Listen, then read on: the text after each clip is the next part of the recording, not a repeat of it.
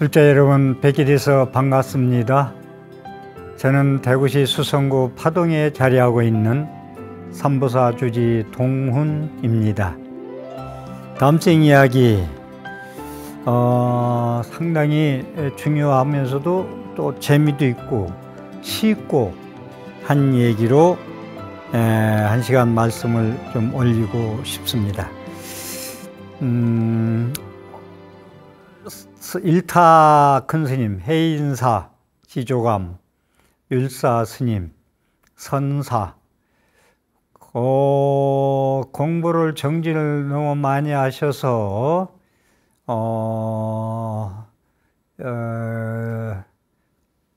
오른손을 한 손을 전부 다 연비를 하셔가지고 그 해인사 벽화에 그 주련 글씨를 왼손으로 쓰셨는데 글씨가 그렇게 참 선필입니다. 자기 당신 몸을 아끼지 않으시고 공부를 정진하셨던 근대의 선지식, 일타 스님 하면은 석가모니 부처님 이래 최고의 일가 친족이 출가한 집안으로서 전에 말씀드릴 때 저는 확실한 건 약간의 차이는 있는 것 같은데 49명이 일가 친척이 전부 다 출가해서 수도를 했는데 전부 다 영맹정진해서 법력이 높으신 큰 스님으로서 사시다가 입적하신 분들이다라는 말씀을 드리고, 오늘 이 시간에는 일타 스님은 형제가 이남이녀예요. 이남이녀인데 위로 누나와 형님이 있고 아래로 누이 동생이 있어. 이남이녀로 이제 했는데 누나 응민 스님이 가족 6명 중에서 아버지 어머니에서 이남이녀에서 가장 먼저 머리를 깎았다, 출가했다. 일타 스님보다 6살 위인데 1924년 6월 28일생, 아버지의 불공으로서 태어났다. 생남불공할 때 제일 누님이, 따님이 먼저 태어났다 라는 말씀 드립니다. 여기서 일타 스님 부모님이 기도원 이야기 한 말씀 드리고 싶은 것은, 이 정성을 한번, 우리가 부처님의 가피를 입으려면은 어떠한 정성을, 이렇게 기도 정성을 드려야 되는가. 부처님한테 불공드릴 공양미, 쌀은 거름을 안 했다. 논에, 벼에 거름을 안 하고 물로만 대서 그 쌀을 생산해 가지고 공양미를 생산해서 부처님한테 공양을 올렸다. 또 어떤 정성을 드렸느냐면, 옛날에, 요즘은 다 정제가 돼 가지고 니나 돌이나 가릴 것 없이 그냥 씻어서 밥을 안 치면 되지만, 옛날에는 상에다 놓고 돌도 가리고 니도 가리고 전부 다 가렸습니다. 그래서 이제 밥을 해 먹고 그랬는데, 내일 불공 간다면 밤새 상에다가 쌀을 펼쳐놓고 쌀만 남겨놓고 돌 같은 걸 전부 다 주워서 버리고 그걸 자루에다 해서 머리다 이고 가는데, 그 먼 길을, 아무리 먼 길이라도 중간에 쉬던가 내려놓지를 않는다, 땅에다가. 심지어 다 쉬지 않고 머리다 이고 일주문 안에 들어갔는데 방귀가 나와서 경망스럽다 해서 다시 유턴해서 집에 와서 다시 다른 쌀을 니를 고르고 돌을 골라서 다시 공양을 갖다 올릴 정도로 일타 스님 부모님은 자식을 위해서 생남불공, 생녀불공을 위해서 그렇게 정성을 들였다. 그래서 옛날에는 그렇게 가피를 입은 분이 많고 스님들도 도인이 많이 나왔고, 시대가 흐를수록 등 따시고 배부를수록 도인이 안 나오고 불자님들도 기도가피 있는 분들이 옛날보다 못한 이유가 그러기에 있다는 말씀을 기회에 말씀드리겠습니다. 아버지 부친은 일타스님의 부친은 경어 스님의 수덕사의 아주 유명한 큰 스님, 근대 선지식, 자유자재한 해탈의 경지에서 살다 가신 경어 스님의 속가 형님인 태어 스님이 말년에 머물던 마곡사, 공주 마곡사 암자의 신도였다, 불자였다. 아버지는 경어 스님의 속가 형님인 태어 스님이 말년에 머물렀던 공주 마곡사 암자의 불자였다. 태어 스님은 참 호남으로 생겨서 곡차도 좋아하시고 그게 흠이었다. 큰 스님이었지만 아우 경어 선사는 형님이 음주를 안 했으면 좋겠다고 시간 되는 때마다 얘기해서 나중에는 말년에 그걸 또 동생의 말을 듣고 음주를 그치고 수행에만 정진했다라는 거. 그런데 여기서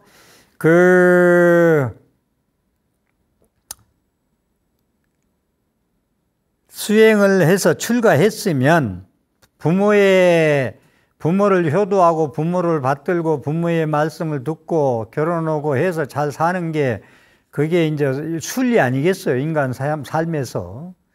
그런데 이제 부모 말씀도 안 듣고 형제 말씀도 안 듣고 출가한다는 게 쉬운 건 아니에요. 그런데 출가해서 스님 생활만 잘하면 그거보다 더 효도가 없죠. 그런데 하여간 부모도 모시지도 못하고 절에 와서 예를 들어서 술만 먹고 공부를 안 하면 되겠습니까? 그래서 그때 경어 스님은 그 태어 스님한테 형님한테 부모도 모시지 못하고 양가의 득제라, 부모도 못 모시고 절에 와서도 죄를 지면 되겠냐.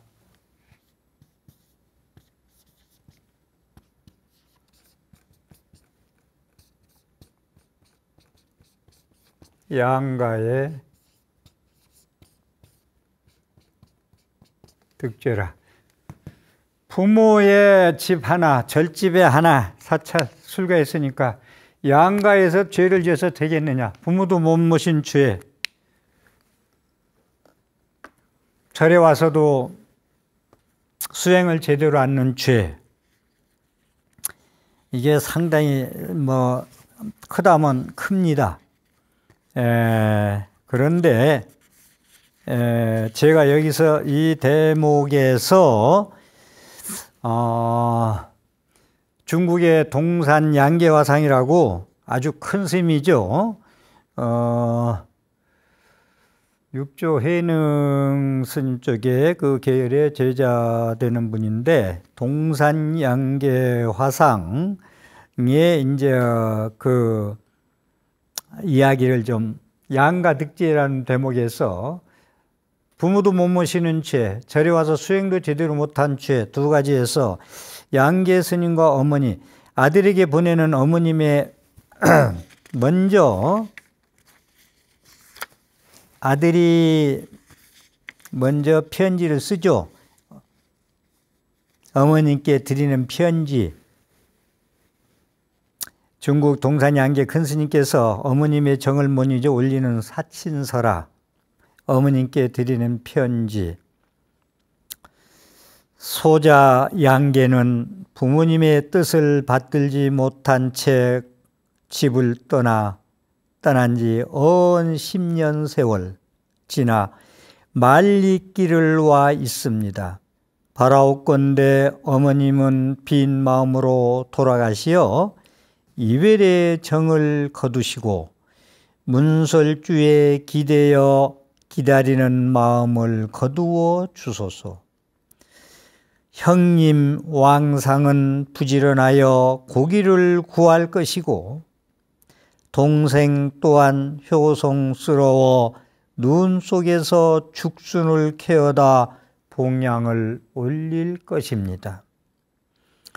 대저 사람의 도리라는 것이 세상에 살면서 학문을 하고 부모에게 효도함으로써 진리에 순하는 것이겠습니다만, 저는 도를 사모함으로 수행에 전력하여 어머님의 은덕을 갖고자 합니다. 이 생에 이 몸을 제도하지 못하면 어느 생을 기다려 제도하겠습니까? 엎드려 비오니 너그러신 마음으로 이 자식을 없는 아들, 죽은 아들로 여기소서. 명리도 버리고 선비되기도 구하지 않았으니, 다만 부처님의 가르침을 좋아하여 세속의 길을 버리었나니, 번뇌가 다하면 근심의 불은 꺼질 것이요 은혜의 정이 끊어진 곳에 애욕의 강물은 떠날 것입니다.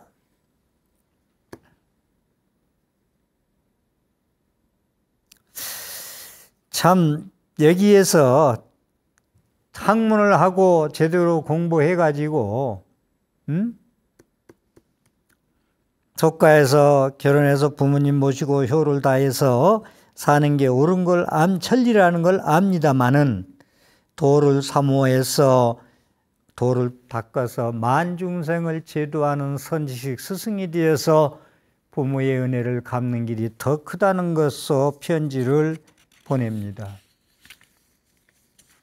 그러니까 동산양계 스님의 어머니가 아들에게 보내는 어머님의 답신 편지.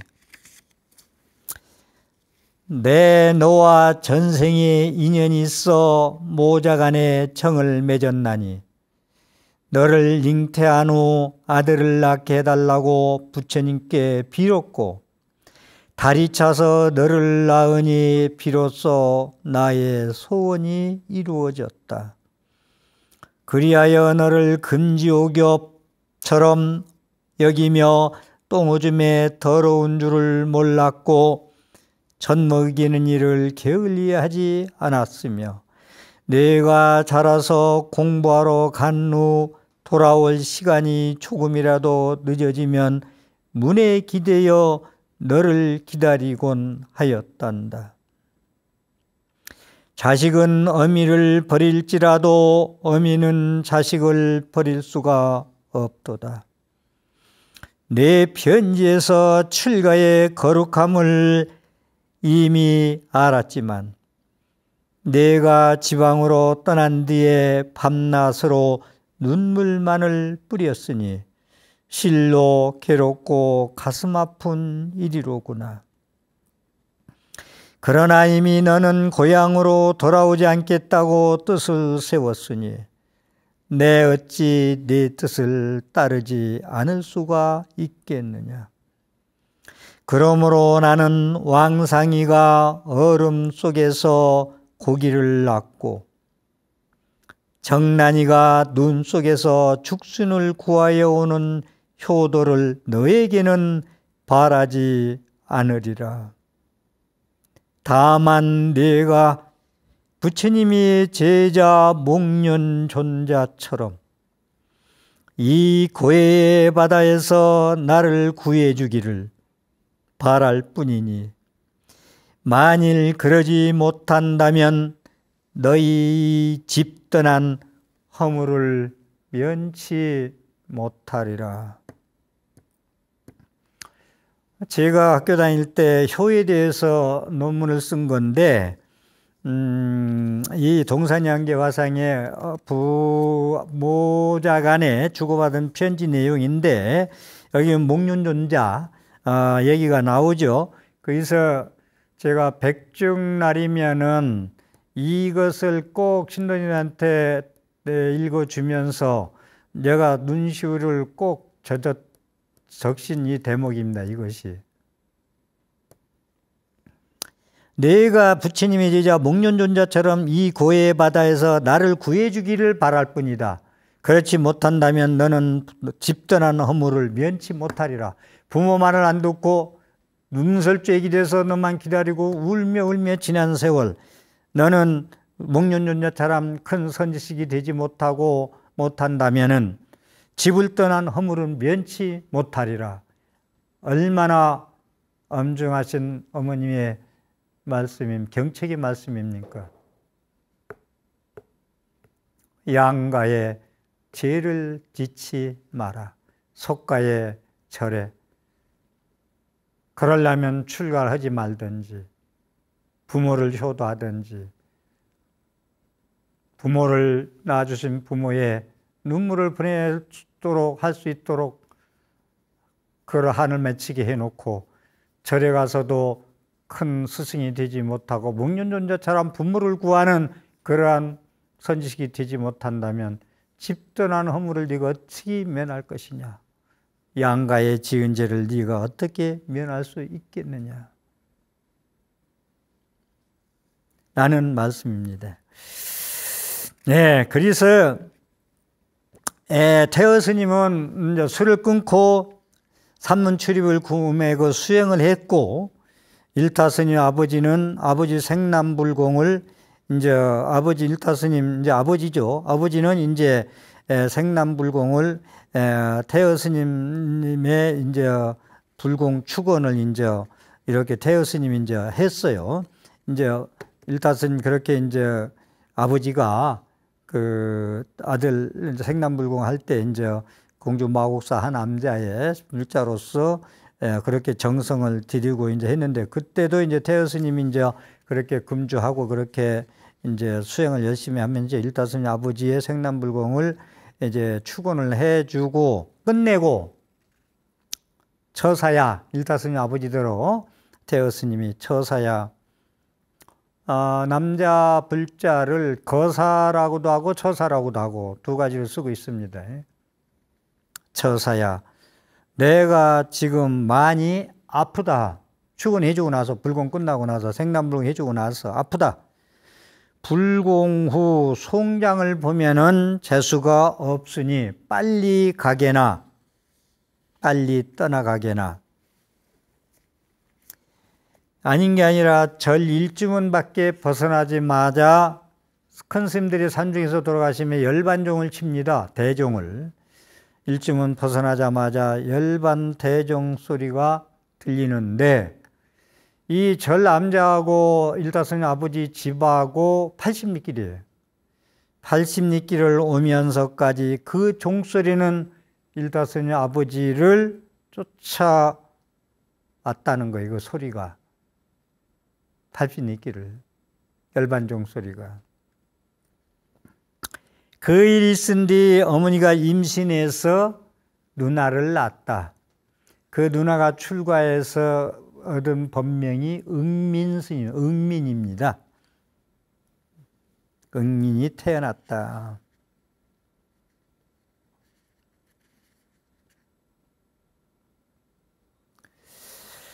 태어 스님의, 그래서 80리길을 그 종소리가 울리고 쭉 울리는 걸 보고 이 아버지가 정성이, 부모는 정성을 그렇게 열심히 들인 신시 있는 불자이기 때문에 나름대로 지혜가 있어서 열린 눈이 안목이 있겠죠. 그래가지고 부모는, 누나는 태여 스님의 돌아가셔서 입적하셔서 열반하셔서 후신으로 태어난 것이다. 우리 누나는 태여 스님의 전신이다.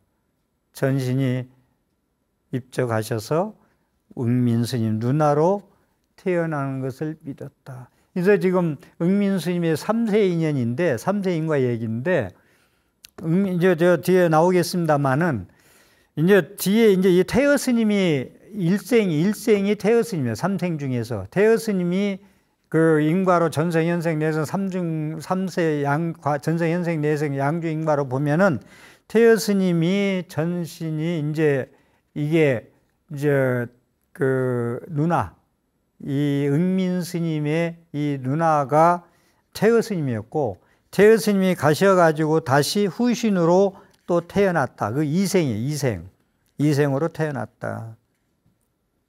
근데 이 응민 스님이요, 참 그 일타 스님 윤회 인과 얘기 보면은 그 옛날에 공주여자 사범학교, 공주 사범이 이제 알아줬어요. 저도 충청도 사람으로서. 근데 여자 공주여자 사범학교 그렇게 들어가기도 힘든 그 수재만 모이는 그런데 수재가 이제 거기 가서 공부하고 졸업하고 나서 입산한 분인데, 이제 41년 수덕사에 가서 이제 망공 스님으로 수행 삼아서 이렇게 공부한 분인데, 그래서 태어 스님은 누구냐면은 망공 스님의 출가할 때 은사요. 망공 스님이 은사가 태어 스님이다 이거지. 근데 태어 스님이 다시 응민스님으로 태어났으니까 망공 스님의 출가할 때 은사가 태어 스님인데, 이렇게 이제 태어 스님이 입적하셔가지고 응민 스님으로 일타 스님 누님으로 태어났기 때문에 이게 스승 제자가 뒤바뀐 거예요.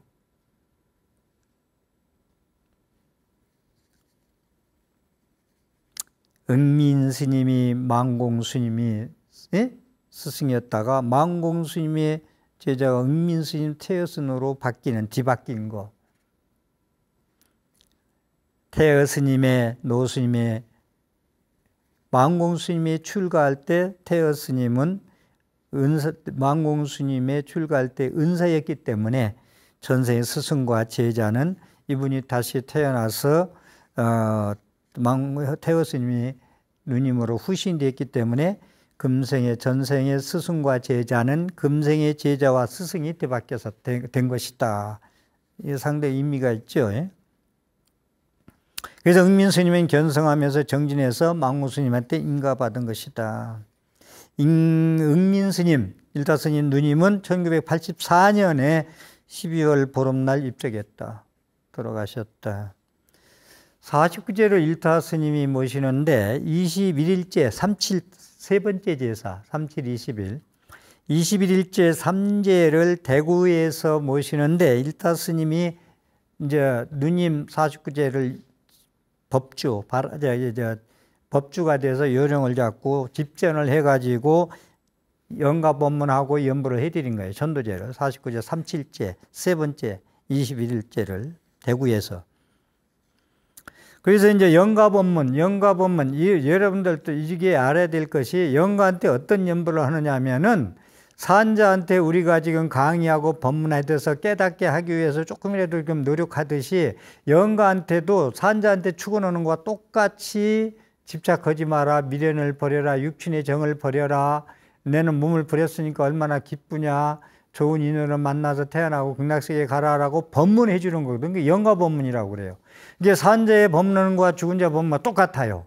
생사이래, 불교에서는 생과 사가 똑같다고 보기 때문에 내내 그 얘기인데, 죽어서도 집착하고 죽어서도 좋은 데 못 가고 부천을 헤매는 영가가 많다니까요. 집착이 많은 사람들은.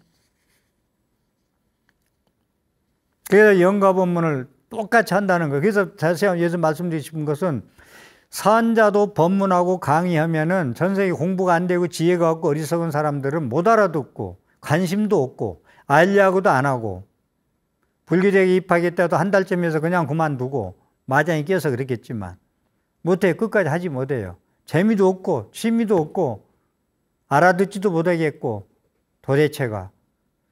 자, 그래서 그랬듯이 영가법문도 스님이 법력 있는 스님이 오로지 뜻을 알아서 전달하고 그렇게 해서 이 영가한테 알아듣게 법문을 해서 이분이 집착을 내려놓고 육신의 맺은 정을 원 아니고 모든 걸 다 내려놓고 미련을 버리고 부처님 말씀에 기울여서 그 좋은 데 가야 되겠다고 마음 먹을 때 천도가 되는 거예요. 좋은 데 가는 거예요. 좋은 과정에 태어나고. 그래서 영가법문에 대해서 이번 기회에 잘 아세요. 무슨 법문을 하느냐. 연불소리, 영가법문소리 다 똑같은 얘기예요. 그래서 마음법기 일기하초, 이제 일타스님 법문이 이제 누님한테 마음법이 하나로 돌아가는데 그 하나는 일기는 어디로 가느냐. 마음법기 일기하초.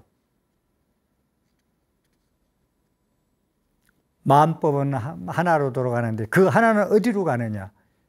화엄경에서 얘기하면 일미진중 함시방, 일체진중여기여시, 일미진중 만법이 일직일체다직일, 일미진중 함시방. 만법이 하나 들어가는데 하나는 그 어디로 가느냐. 이런 법문을 이제 누님한테 해드린 거요. 37제 세 번째 제사에. 그러면서 또 응민스님한테 49제 지내면 세 번째 제사 지내면서 미국 구경 한번 안 할래요. 이제 이건 참 재미있어요. 일타스님도. 재진에다가 미국 구경 한번 안 할래요. 일타스님이 안 먹이죠. 큰 선지식으로서. 돌아가신 분 누나한테 펜실베니아에 소용이가 있는데 그 집에 태어나면 참 좋을 거요. 펜실베니아에 소용이가 있는데 그 집에 태어나면 참 좋을 거요.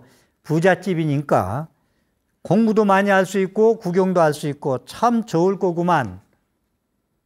이런 법문을 하는 거예요. 영가 법문을. 잠시 한생각 법문, 이게 이제 한생각 법문이죠. 법문을 하고 해서 영험이 있었는지 그날 밤 일타 스님 여동생 이남 이녀라 있잖아요. 누님하고 또 이게 이제 자매네. 쾌성 스님, 여동생은 또 머리 깎아서 49명이지 한 명이지 그 가족. 여동생 쾌성 스님 꿈에 응민 스님이 나타나 물어요. 49제 그날 밤, 37제 그날 밤 일타 스님 여동생 쾌성 스님한테 꿈에 언니가 나타났어요. 나타나서 묻기를 쾌성아, 그럼 얘기해요. 일타 스님이 나보고 미국 가라고 그러는구나. 영가 법문을 제대로 알아듣는 거예요. 영가도 아둔하고 어리석고 집착이 많고 업이 많은 사람은 무명이 햅잡고 무지하고 미혹이 많은 사람들은 못 알아들어요. 하나도. 전도가 안 돼요. 그래서 살아서나 죽어서나 집착을 내려놔야 돼요. 쾌성아, 일타 스님이 나보고 미국 가라고 그러는구나. 알아들었지? 영가 보면 잘 들은 거예요. 그렇지만 서울도 혼자 못 가는 내가 미국을 어떻게 혼자 갈 수가 있겠니? 언니 조금도 걱정 없어. 비행기만 타면 3살 어린이도 가. 아, 그런가? 그런데 소영이가 누구냐? 누군가? 소영이가, 오빠가, 일타 스님이, 이제, 남동생이지. 소영이한테 가라는데, 그 소영이가 누구냐? 왜 소영이 집에 가라고 하지? 그러니까 그 쾌성 스님이 그 전에 언니한테 아주 좋은 두루막 장삼을 해준 사람 있잖아. 이제 두루막하고 장삼을 이제 의식할 때 입는 장삼 이걸 해드렸나 봐요. 아주 좋은 천으로. 이게 고급 옷으로 했는데 수행자가 입을 것이 아니라고 그만둔 두루막 있잖아. 그 사람 소용이 이제 쾌성 스님 이렇게 얘기해요. 해줬는데 너무 좋은 거 입으면 안 된다. 안 입었잖아.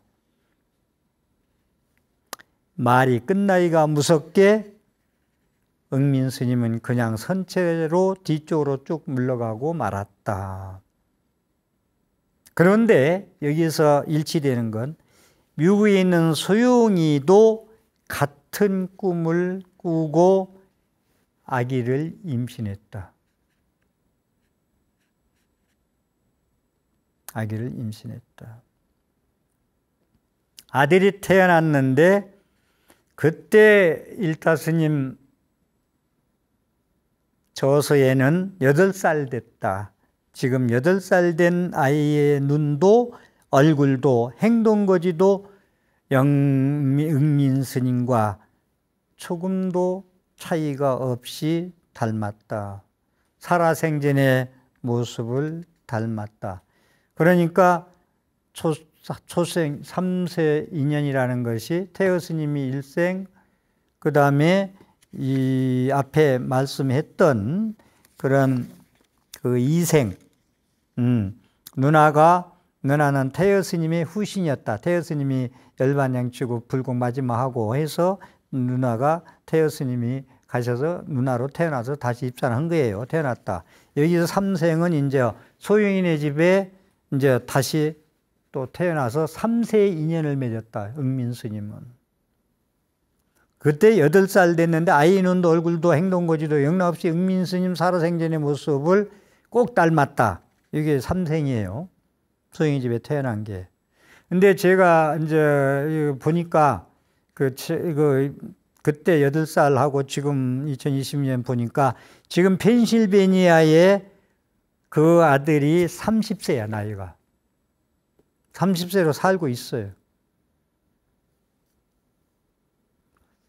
이게요, 제가 언젠가 말씀드리기를 근친으로 돌아가셔도 태어난다. 할아버지가 손자로 태어나고 할아버지가 하셔가지고 이게 하나 의사 아주 불자 신심 있는 의사 친구가 한 얘기인데 자기가 아주 절친한 학교 동기 의사가 아들 하나 낳았는데 죽었어요. 어려서 5년이 지나도 아기가 없어. 5년 지나서 아빠 꿈에 아빠 나 엄마 아빠한테 갈 거야. 꿈꾸고 나서 임신해가지고 아들이 다시 태어났다. 이건 사실적으로 듣고 태어난 얘기를 해준 거예요. 그와 같이 여기도 응민스님도 3세 마지막 삼생 인연을 말씀드리는데 소영인의 집에 옛날 두루막 장삼을 해줬던 그 집에 미국에 가서 태어나라니까 태어나서 딱 맞아가지고 참 49제 잘 법문 잘 알아듣고 잘 가라는 대로 잘 갔죠. 영가가. 영가는 그렇게 스님의 연불소리 법문소리를 잘 알아듣고 깨달았고 실천을 해야 좋은 데 갈 수가 있다라는 말씀을 드리도록 합니다. 자, 응민스님의 3세로 태어나는 거, 3번 태어나는 거, 3세 인연을 말씀드렸고, 다음 이어서 아쇼카 대왕 하면은 아시는 분, 인도 역사책에도 나오는 분인데 아쇼카 대왕, 인도 마우리아 왕조의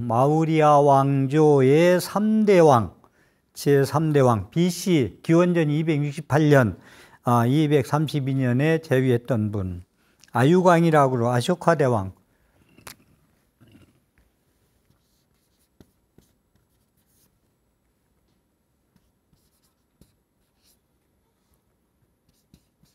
아유광, 아쇼카 대왕.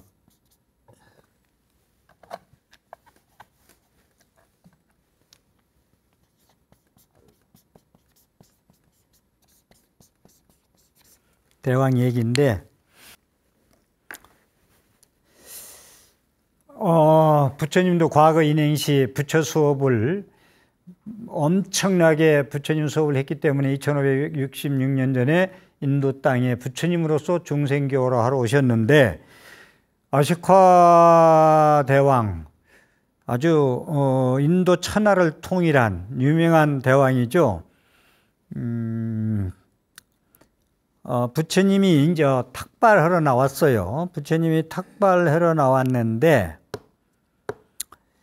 소꿉장난했어. 아이들이 소꿉장난해서 형제라고도 하고 두 아이들 소꿉장난하는데 모래와 흙으로 집을 짓고 창고도 만들고 하면서 그 다음에 이제 신발에다가 모래를 해서 담아가지고 밥을 서로 나눠 먹는 거, 밥 먹는 거. 신발에다가 모래 담아서 이러한 모래로 흙으로 놀이를 하고 있는데 부처님이 탁발을 이제 아란존자하고 같이 이제 제자들하고 나오십니다.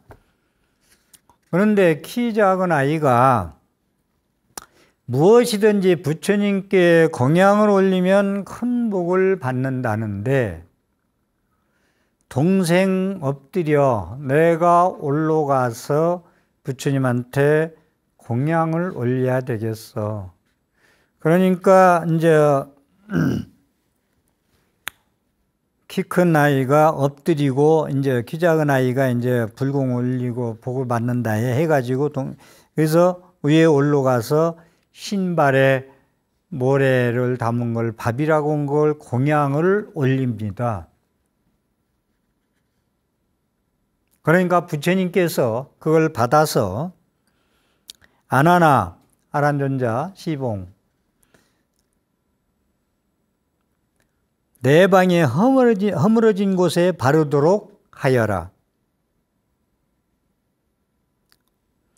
아나나 내 모래 이 모래를 내 방에 허물어진 곳에 바르도록 하여라. 그래가지고 아나나 어린 두 아이가 환의심으로 모래를 보시하였으니 바르고 나서 이제 아난존자한테 얘기한 거예요. 아나나 어린 두 아이가 환의심으로 모래를 보시하였으니 그 공덕으로 다음에는 국왕이 되어 삼보를 받들고 열애를 위하여 84,000 보탑을 세울 것이다 라는 얘기를 아난존자 하니까 이 말씀을 듣고 아난존자가 어찌 한 줌의 흙의 공덕으로 한 줌의 모래에 담은 한 줌의 흙의 공덕으로 그와 같이 큰 공덕을 설치할 수 있습니까?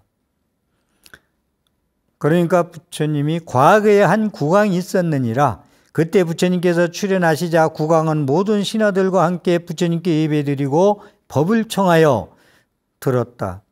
부처님의 설법을 들은 왕은 마음의 문이 열렸고 깨닫는 바가 참으로 많았다. 왕은 이 기쁜 마음을 다른 사람들과 함께 하고자 부처님의 형상 84,000장을 그려서 부처님의 모습을요 보시하였느니라. 그 공도로 84,000의 탑을 건립할 수 있는 과보를 얻을 수 있게 된 것이니 그 국왕이 바로 오늘 모래를 공양한 소년이니라. 소년이니라.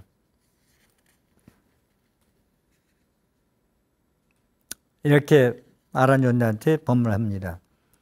그래서 아쇼카 대왕은 기원전 3세기 중엽이 인도 천하를 통일한 그인데 전쟁하면서 많은 사람을 죽여가지고 천하 통일을 했어요. 그래서 전쟁의 비참함, 사람을 많이 죽인 죄책감으로 부처님한테 기합니다.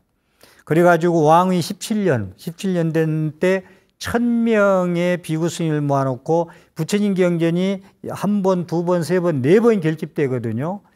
초기에 아란존자부터 시작해서 네 번 결집되는데 세 번째 결집이 아쇼카 대왕의 결집이에요. 그래서 왕위 17년 1000명의 비구 스님이 모여서 경전을 편찬한 것이 이것이 제3결집이다. 그리고 이분은 시리아, 이집트, 마케도니아, 키프로스, 스리랑카를 불교 사자단을 보내서 포교에 힘썼다. 그래가지고 불탑을 많이 세우고 석재를 세웠다. 부처님 가르침에서 헌법도 만들었다. 나는 이 얘기. 그래가지고 이분은요,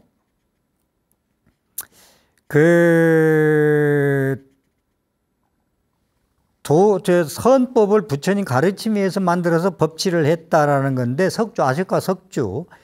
그 인도 국립박물관 가면 그 잘라진 석주가 있어요. 선보사 이번에 탑 건립한 데도 마지막 위에 사자 네 마리 동서남북 사자후 법문, 부처님이 법문하는 걸 표상하기 위해서 해서 올려놓은 것이 제가 이제 상당히 인상 있어서 그렇게 많은 뜻을 가지고 했는데, 그 석주, 아쇼카 석주를 부처님 부처님의 성지마다 8개를, 8대 성지거든요. 부처님 성지가. 태어난 곳부터 열반하신 곳까지.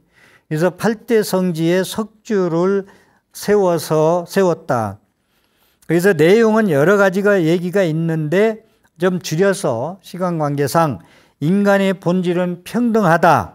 그러니 누구를 죽이고 살릴 수 없고 모두 다 평등하기 때문에 골고루 혜택을 받고 존경받아야 되느니라. 살아있는 모든 생물들은 자애로서 대하고 진실을 말하며 관용과 인내를 행하며 가난한 자를 도와야 한다. 석주 내용을 긴데 줄여서 얘기하면 이렇거든요. 근데 아쇼카 이 석주가 부처님 8대 성지에 다 모셨다고 했어요. 근데 이제 이슬람 애들이 쳐들어와서 전부 자르고 부셨는데 온전히 바이샬린가 하나, 온전히 살아있는 곳이 하나 있어요. 사자가 잘려지지 않고.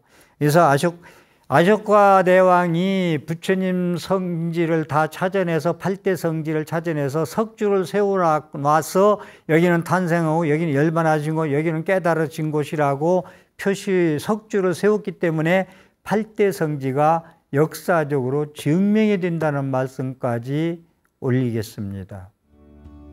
시간이 다 돼서 마치겠습니다. 오늘 또 제 강의에 삶의 보탬이 되었으면 미아레스 060-800에 7000번을 눌러서 삶의 이익이 되기를 축원 올립니다. 함께 해주셔서 감사합니다.